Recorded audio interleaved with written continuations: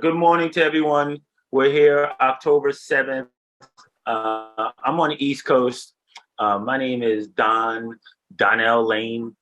Some of you know me as Black's Genius. I'm affiliated with a company by the name of Twin Flame Ventures.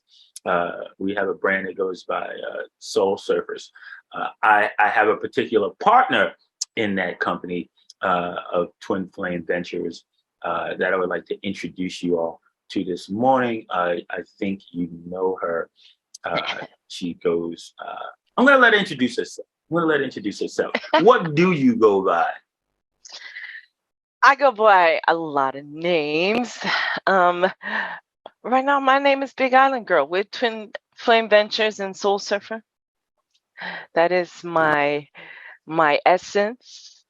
And some people know me as Lady A, especially that competitive side. We'll talk about football. Oh yeah, football. It is football Sunday. It is, and I already checked my lineup. In Minnesota Vikings are playing right now already. So anyway, and that little play with the last name. Is that the early game? Yes. Yes, but with the name soon to be Mrs. Lane, you know. Gonna have to take that. Yes. Oh, I think I know Lane. Donnell Lane. I think I know a Donnell Lane. That's interesting. You might know my love. Oh, thank you, my twin flame. Excellent. Yeah. I also go by mommy, you know. Well, I thank you, mommy. I thank you for taking the time this morning to speak with me. I know it's impromptu, although we did have an event yesterday. We actually released your new book.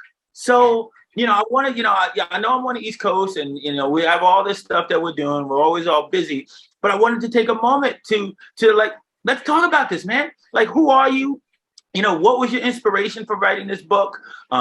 Where are you now with it? Where do you see it going? So I just wanted to take a few minutes to talk with you this morning about that. Do you have that time? Do you have that time? Let's have that discussion. I would really enjoy sharing more about Ashta and the journey into writing her and what her life is going to be like. Excellent. Okay, so let's start off with a little bit about you. So if you want, let's give us a little bit of your background. Where are you from, so that we understand more of where Ashta's from? Like she's a creation of you, from you. So give us a little more about who you are and where do you hail from as a soul in this universe. I really like that question. Where do you hail from as a soul in this universe? Not what do you do for a living. How did you become this soul that exists now? So I was born on the Big Island of Hawaii. I've always been close to the ocean. After growing up in California, moved from Hawaii at 5. Still being an adventurer and understanding, guess what? There's more out there. So I decided to leave California when I went to college. Never really went beyond Arizona in terms of going east, expanding my world in so many ways at the University of Michigan in Ann Arbor, because it was its own little mecca of culture, diversity, vibrancy. It was so alive, and I met some of my closest friends as a little 18-year-old, and then decided, all right, I know I'm going to go back to California, so let me jump to New York City, because I'm not gonna come back. So let me take this opportunity as a 23-year-old. Let's follow my friends that happen to be there already from college, and then my best friend. So as I'm living in New York, I'm like, okay, there's Central Park there. We're obviously by the ocean. I never think of the beach when I think of New York City. So luckily I lived close to Central Park, so I could walk there and get some nature, but the water was the reservoir. in the north part of Central Park. That was my access to the water. And I would run around the reservoir, and I had a dog, and we would go to the reservoir and sit on the rocks. And however, it just wasn't me. I just couldn't. As much as I loved New York City, I couldn't live there. So as I decided to move to New Jersey, I'm beginning as a kinesiologist in New York City and running and managing different fitness centers in the corporate world. So I'm helping people stay healthy, but I'm working with people who are in high stress environments. And when I was back in Ann Arbor, I understood how movement is healing. And I thought, okay, let me go into medicine because I want to heal. I've wanted to heal others since I was 8, when my baby sister was born with a hole in her heart. So I'm working with these high stress individuals, understanding, like, you know what, I want to prevent them from having a heart attack and make sure they live a healthy lifestyle, but I have to start younger. I can't start with these grown adults. I can't. So my passion to start with younger children began in fitness and health. The movement aspect of it became big, and that was probably, I would say, 2005. So I was already living in New York. So I was 30. Hey. Yes. And so then as I'm managing the group fitness in New Jersey at a fitness center, I started to take yoga and understood the benefits, and I felt it in so many different ways. I think I started yoga maybe 2 years beforehand, maybe 2003. And it was strictly a physical thing. I loved the quiet at the end, but it was mostly the empowerment I felt in a stillness. Taking yoga consistently, it then turned too much into the physical aspect. So I decided to go into yoga teacher training so that I could learn yoga philosophy and science more so than the postures. In order to gift this to others, I need to experience it. And so I did my first yoga teacher training in 2006. So we were able to create a special program as our final project. I wanted to target childhood obesity. Also in college, I studied the impact of movement on children, and starting them too early with sport-specific training is damaging to them. However, in yoga, I understood how movement, connects to the mind and helps build really fantastic pathways to self-awareness and self-regulation, all these things. So yes, I can help kids move, but I want them to understand and learn about their soul. So it took me, yes. You've been on this journey for almost 20 years. Yes. Yeah. So this. Yeah, you ain't want to say it. You ain't want to. It's been a long time. Yeah, you're looking. Well, I guess the first person I wanted.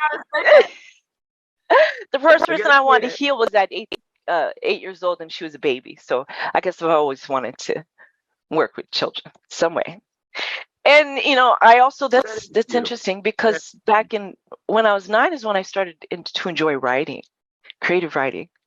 So this 4th grade, just a year later, I want to heal and I want to write stories. Never knew they would connect later. Right. So tell us how this came about. Okay. So now, we got more than 20 years later or something like that. Right. And we have all these life experiences. Right. You gave us a good insight into like the pathways and the canals that the time, that the stream of time, the carved through your planetary rock, if you would. Right. And so we now find you at this place back home in California. And so how did this come about? How did Ashta, the book, how did this seed come to germination? Well, I actually, before I came back to California, after living on the East Coast in New York, New Jersey for 12 years, I happened to have 2 little babies.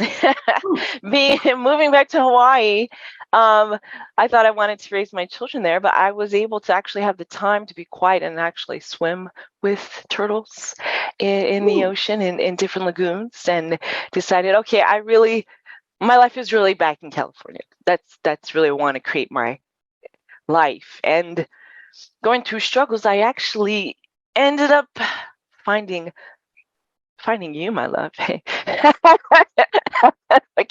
Wow. No, so moving back to California, I wanted so much about yoga science. And so I found Deepak Chopra's yoga teacher training program, 7 Spiritual Laws of Yoga. Yes.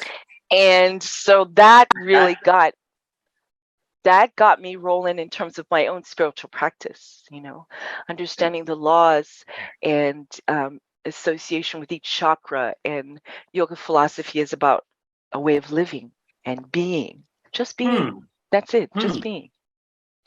So, as I'm learning how to raise children and understand, I can spit all of these Sanskrit terms, and I had them doing movements, but it was different. So in 2017, I just jumped in. This was January. I decided to go to a yoga studio, donation-based yoga studio in South LA. At the time, it was known as Green Tree Yoga Meditation. I had a conversation with the founder. It just lit something up. We were able to tell stories and how she started her studio. And then I said, can I bring yoga to the children of this community here in South LA? And she knew, she was so open to it, because they bring in a lot of different guest instructors, very prominent in the, I wouldn't say prominent, known in a very spiritual yoga world here in California. So I thought, okay, here's an opportunity. Let me see what I can do. So she introduced me to another amazing human who had a great influence in supporting this yoga program. And we got to teach these children from ages, we started age 5 to 13. It was a 6-week yoga program for children. And we were actually able to raise money. So the children in this community got to come for free, So I also learned, teaching meditation to a 6-year-old who wants to move. That's when you learn a lot of, Simon says, or Yogi says, let's go to tree pose. And when they're making the vibrations of the universe, you can turn it into music and all of that. So that really showed me the potential of children in this stressful environments, again, in South LA, without access to a lot of different, just a lot of different choices that that other people have. And so, understanding PTSD, they might not know how to sit quietly because there isn't a quiet place in their house. So let's meditate, because we're out on the street in this yoga studio. The cars are going by.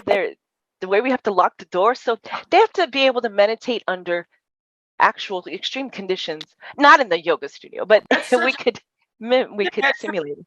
It's so interesting. Excuse me. It's so interesting though to think through, like, when you talk about the energy that is contained in a child, and you typically don't think that they're able to sit still. And even on my yogic journey, typically I've never been around, children that have been included in the meditation. It's typically always adults. So that's a fascinating piece.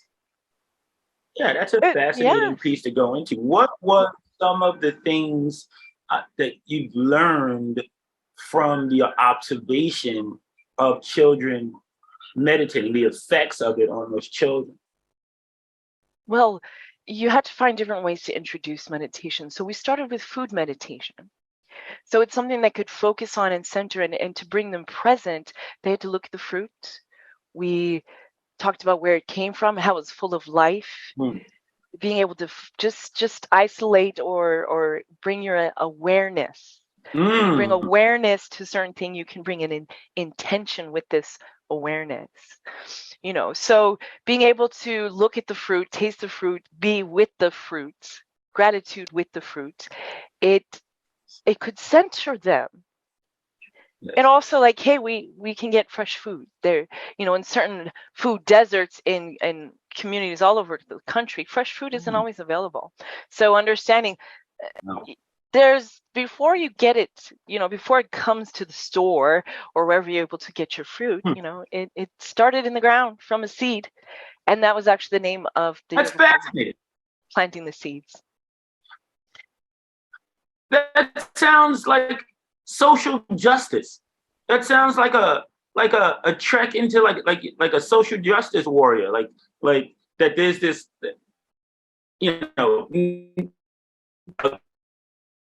lack of a better term, a quiet fight against the machine. If we're saying it's through meditation, right? That's where the quiet came from. That's a new alarm that I actually created for you while I'm on medicine. while I'm on the East Coast. Hey, okay, so on this journey, you've been birthed into the universe. You start ascending. You find your loves, your passions. You develop an intention. You develop a purpose. You go through your journey.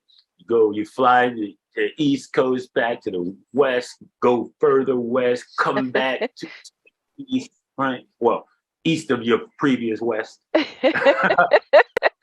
Going from an island back to California, the West Coast. Right. That's right. And you find yourself back here. Then you started to build your foundation in the spiritual laws and practices and the philosophies of yoga and that tradition that has a lot of folks talk about. From my own personal journey, I'm a newbie at this. Thousands and thousands of years ago. And so that's something. Right. And so we're talking about the germination of the idea of Ashta. And you started talking about your experience with these children who have that you were teaching meditation to and awareness, and teaching them about the awareness of bonding a piece of fruit to their body, right? That was my newbie. Why not? Yeah. Why an octopus, though? Why an octopus? How do we? I kind of get the ocean. I kind of get the yoga. So give us Octopusy. Where does Octopusy come from? The octopus. My octopus teacher, the documentary. No way! On Netflix, I decided to watch it. I'm not sure the first time I heard about it. I don't remember who talked about it, but in an interview somewhere that I saw on television, someone spoke about it. So I wanted to check it out. I didn't know how much I would like it, as much as I do love nature shows. It was, really about this gentleman who just created a spiritual connection. I call it spiritual. I don't remember if he did or not, but to me, my experience going through the ocean, not using a wetsuit, trying to connect with an animal in that environment completely. So you have to be exposed to the elements to understand the adaptation. Yes, well, he followed her life. He went every day. And let me just tell you, I'm going to give it away. And maybe you'll want to go see it. She knew him so well that she would ride on his arm. He followed her. He knew through tracking, because he was never mind. Everybody can learn his story later. He was able to follow her when she would disappear. He found her home. We'll link it in the bio. Yes. And so the fact that she trusted him, the fact that he could see all her magic, he first saw her when she used shells to use as a camouflage. He saw how quickly she was able to shift using her tentacles, grab all these shells to create a camouflage, release them, and go to the next one. He saw her magic. He saw how she was able to adapt any situation. She became very magical to me. And you know, for us to understand how magical we are in ourselves as individuals, as creatures that walk the earth, as the fly, or as a walk without wings.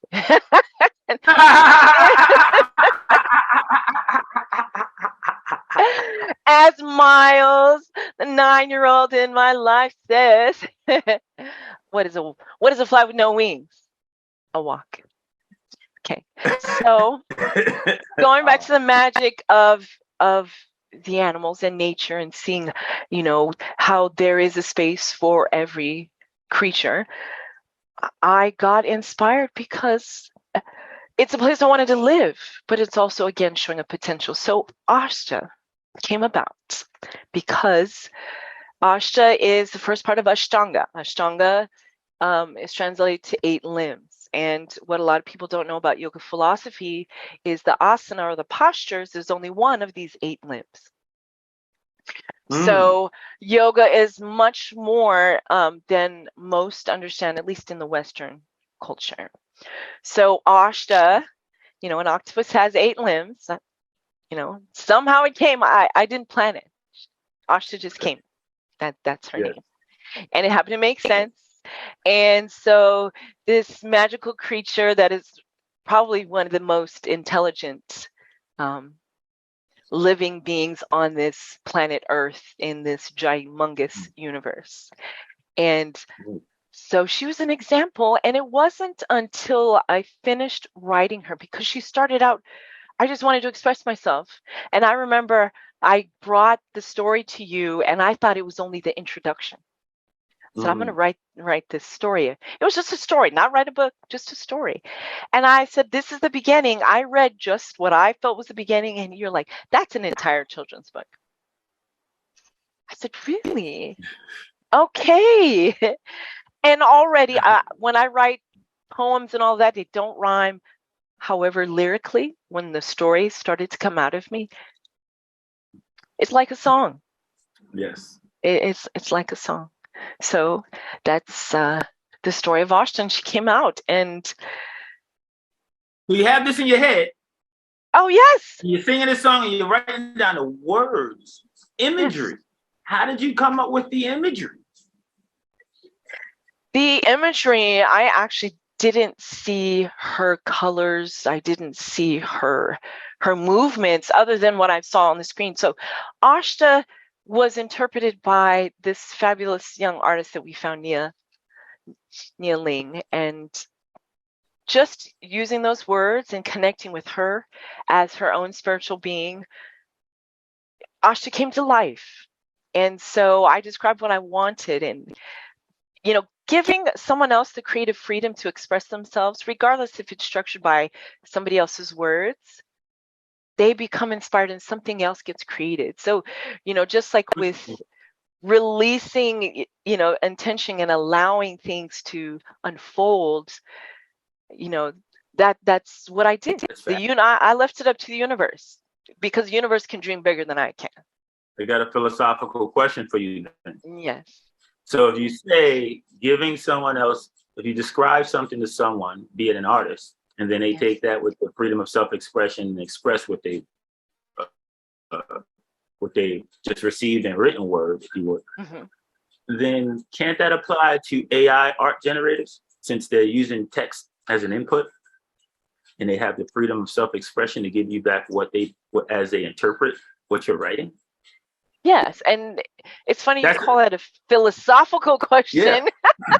That's a very good point. And when we put so much structure on anything, it's very limiting. And again, it's about pure potentiality, which is actually why Ashta represents the crown chakra, because that is the law of pure potentiality according to the 7 spiritual laws of philosophy that I learned through Deepak Chopra's studies. And so the pure potentiality, bringing in a wonderful, youthful artist who has such a creative mind, but also an expansive vision of the universe. Her connection is something else. Coincidentally, she So there was happens like, to be a student employee for you. This union, who would have planned this? We didn't know. There you go. There's the make space. We didn't know, or I didn't know, her connection to her own existence and understanding of the big picture of the universe. So joining our minds, I just was blown away by her expression, the vision she had. She was, yes. So you got this, you got the idea, you started crafting the song, you crafted the song, you found someone that could take your song and create a video for it, if you would. Right? Oh, You're like an R&B basically, artist. this is a. Yeah. Oh, okay, yes. So music video. right. And so what's the story about? What's Asha doing in this adventure? What Ashta is doing in this adventure is she's basically introducing herself.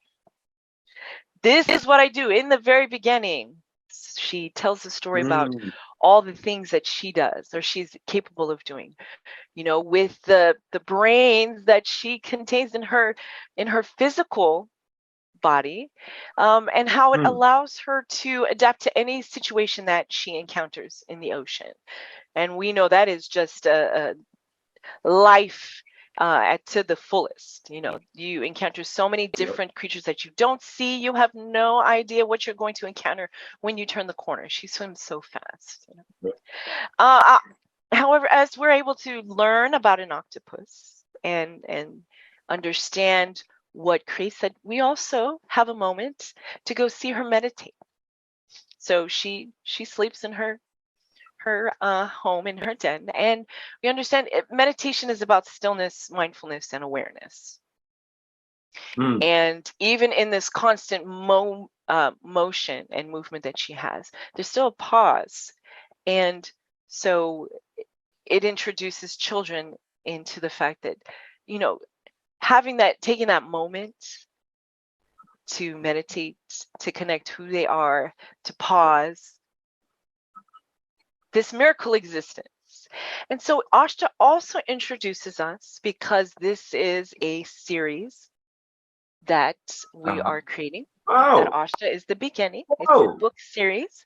So Ashta didn't start out as the crown chakra. She started out as a beautiful animal in our ecosystem. And eventually, as I learned more about the octopus, and as the stories started to come out, it was then about connecting all living things through love. That no matter where we are on the planet, the ocean connects every corner.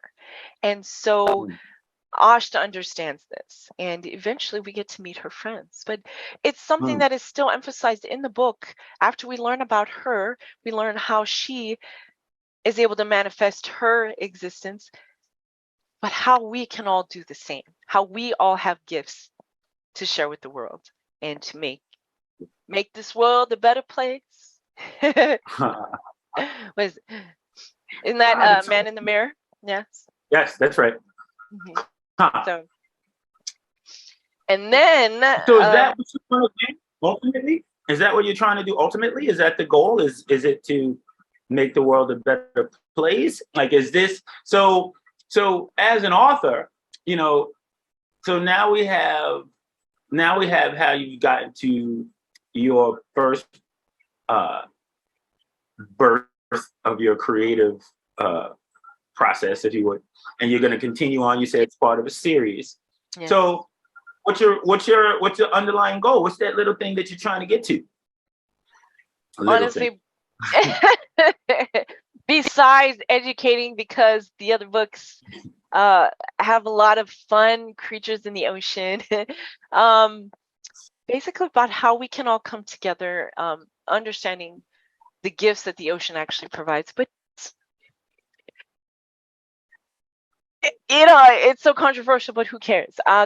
Conservation of the ocean is very important in terms of even perpetuating the life of the human. In every way, the climate change is impacting our future and possibly taking it away on this planet. Figure out how Hurricane we Ian. can bring it. No, we don't. Well, Look at what just happened. The changes. We don't even have to. Yes. There's so much. I'm just saying, if you're gonna bring up global warming, if you're gonna bring up like this quote unquote controversial, maybe it was controversial when we didn't have like a devastating climate-based event I don't even know the frequency. I'm just gonna say every week at this moment. We just had tornadoes, fires, fires. We know the fires. Right before this, we heard about India, right? No, Pakistan. Pakistan had the tsunami and the floods. Like 33 million people, I think, are displaced currently. Over 2 million hectares, acres of land, of food destroyed, right? Crops destroyed. We know about China. China's going through the droughts, right? Like, yes. So their crops, and they have to close down facilities. Yeah, out of like 20 of the 26 rivers have dried up.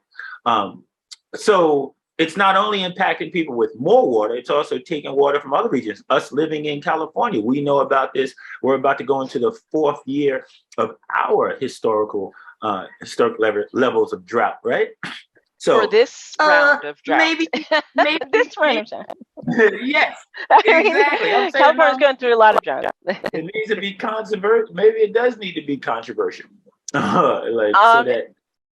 And which is why this book series is also, I wrote it in a way that it's going to be read by the parents or by children that are older who will get this concept of, the joy of learning through an octopus. However, this is what we can do to take care of her, to take care of us.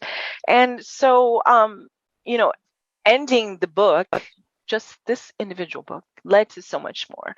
I realized the big message, the big picture. And so through the series, it's going to bring all of us together.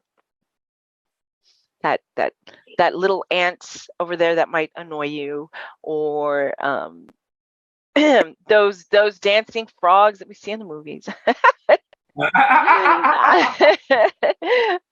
to the sea anemones that I get to look at and walk by almost every time I go to my favorite beach here in Laguna.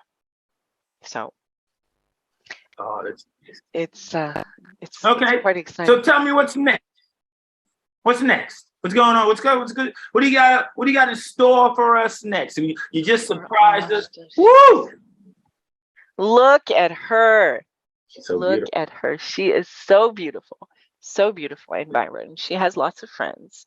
And then her little beautiful Ashta. Yes. So she has so much to share.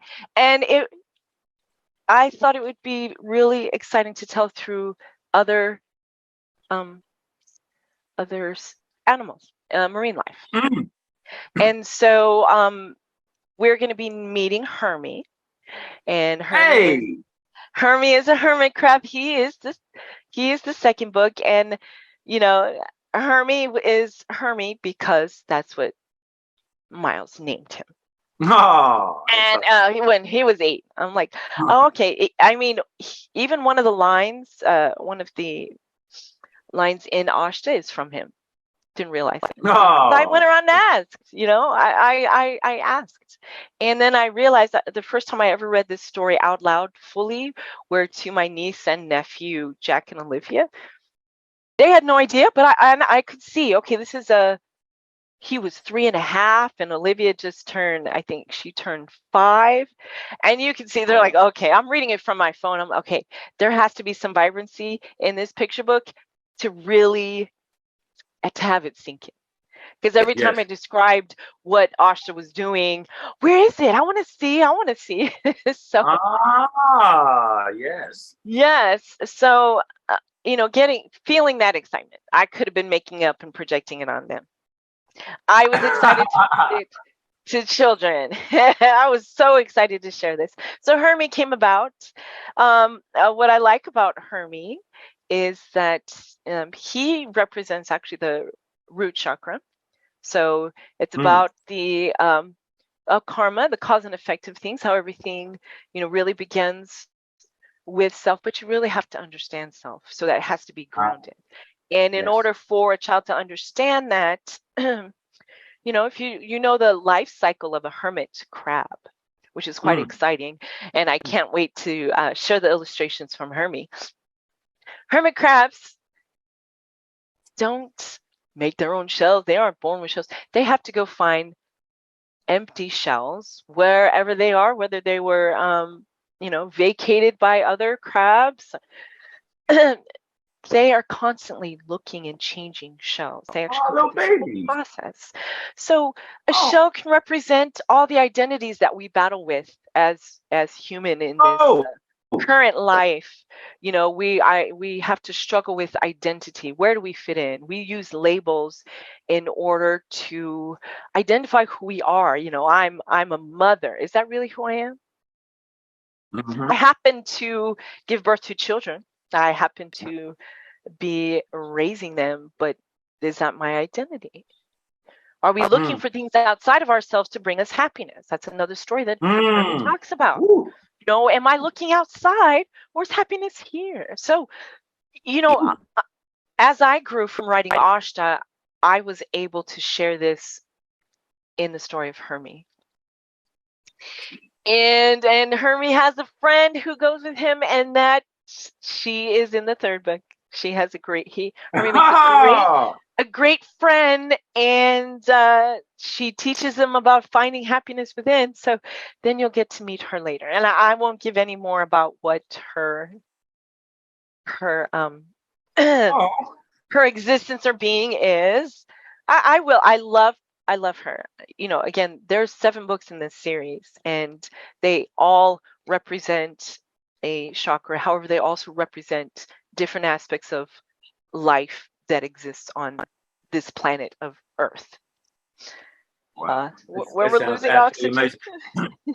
That's right. I think Carl Sagan would be really proud of you for your references back to our universe, our pale blue dot, as he likes to put it.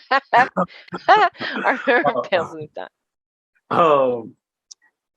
So you talked about talking to your niece and nephew and reading the story to them. Are you planning on any what do they call it?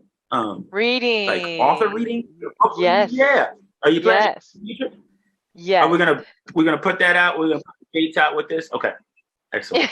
We're gonna announce it on our platform. Yes, yes, we are. And our social media platform, as well as in the community that we already have a relationship with. We've been able to teach children about science, technology, engineering, art, and math in our STEAM and STEM programs, our outreach programs. And so we're getting able to go, because mindfulness is part of it. And so to introduce children into meditation, and that it's really that self-regulation. Yes. As I'm learning in my late 40s, self-regulation. Okay. Lead by example. Right. How do I do that? Ashta can. So. Oh, that's so nice. Yes. Right. So being able to read the story, to be able to add the voice that will bring the emphasis to how I sing the song is going to be fantastic. Yeah. So not only am I able to bring this to life for the young children, I get to sing it. Excellent. So as part of the Nature Technology in Tomorrow, sing it. So you referenced our STEAM or STEM programs, and so I'm thinking you're referencing the Nature Technologies in Tomorrow initiative that we're doing, the NTT initiative. NTT, yes. So, absolutely, where we're partners that won a $20,000 grant from AT&T, and we're about to provide coding classes for Soul Surfer Learning, conscious youth, Black and brown, conscious coding, exactly. So. Book reading at the mall. We're talking about book reading at Tyler was it Galleria Mall? Tyler Galleria in Riverside, and Yes. which is actually a full circle for me. Growing up in Riverside County in Little Old Hemet, that was the closest big mall versus our 6-store mall. Tyler Galleria, which was just a Tyler Mall at the time, is the place I would go to as a child. So being able to go back there like 40 years later and read to these children, it's going to be exciting. So I'm basically reconnecting with my community as much as it's changed. It'll be wonderful to be. When you say it's a come back home for you, it's actually my grandmother's maiden name, coming from President Tyler. So that's fascinating. Fun fact. And my brother's middle name is Tyler, as to continue to pay homage to that. Yeah. So that is quite a coinky dink. It is. It's a beautiful thing. Yes. So, okay. We're approaching our time, and we got a good sense of your journey, I think, in this conversation, in this first conversation. Yes. I think that I would like to talk to you more. I would like to have additional conversations as the journey continues, as we have additional books, as you have additional books. Are there anything that's coming along with the books? Anything like, do you plan on doing anything else outside of the books? Or are you keeping that under wraps right now? Is this going to be a surprise?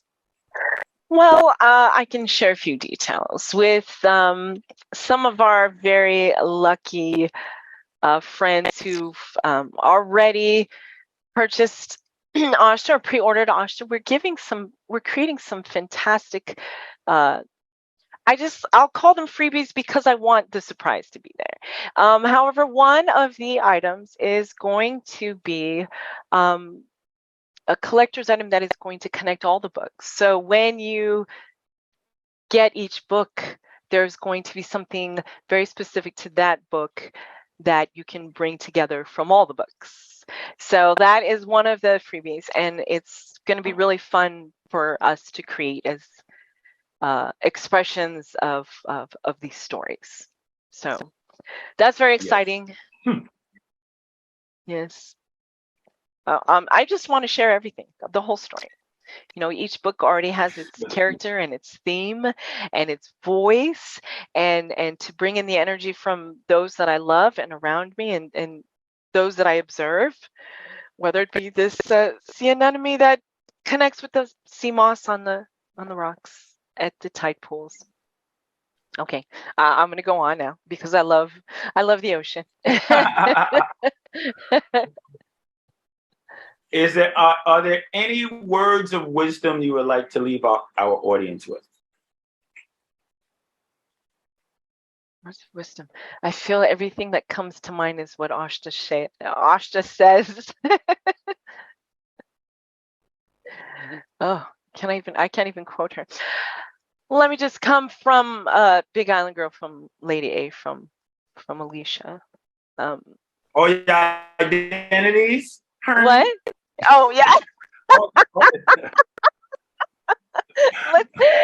From this soul to all of the other souls, that we are connected through breath. We are all connected through the single breath. And if you're not breathing, then you're not connected to the rest of us. I mean, that sounds morbid in some ways, but remember the power of the breath. Our body we do not have to set an alarm of when to take the next inhale or exhale. It is a universal intelligence that we have in our physical bodies as well as our spiritual bodies. And as long as we continue to breathe together, we can love each other. And when you bring in love, there is no separation. There is no winner or loser. There is no you or me. There's only us. Hey! There is only us, the universe. I love you. I love you. Thank you, my No twin problem. flame. And that came from letting go of the identity and the ego and speaking from my soul. So, see what happened? Yes. Hermes taught me some things as well. Right, on this journey. And And this has Ashta. been such a great learning experience for me. Even this conversation has like changed my viewpoints, and like, you know, I have a lot of social anxiety, and I'm on the East Coast, and I've made up this whole illusion around what's happening here. And having this conversation with you has helped uh, uh, enlighten enlighten me to bring awareness to like what I'm creating and what I'm producing for this experience. I don't want it. And so I'm rethinking my experience and realizing that even in that statement, rethinking it, right? I got to get that back into my heart. Out of thinking, off feeling. Yes. Thank you for bringing me back to my soul. That's what we do. Soul mirror. But thank you again, Big Island Girl. All right, Black It's been a pleasure. Thank you. It's been a pleasure speaking with you this morning. Thank you for getting up so early on the West Coast, west to my That's east. so funny. Oh, that's yes. Luckily, that's only temporary. You know. Yes. Yes. Come back to the We'll West be Coast. reconnecting in a few days. Yeah, my fellow beach bum. Yes. That's where we'll be going. Until next time, try to enjoy the daylight. Namaskar. Namaste.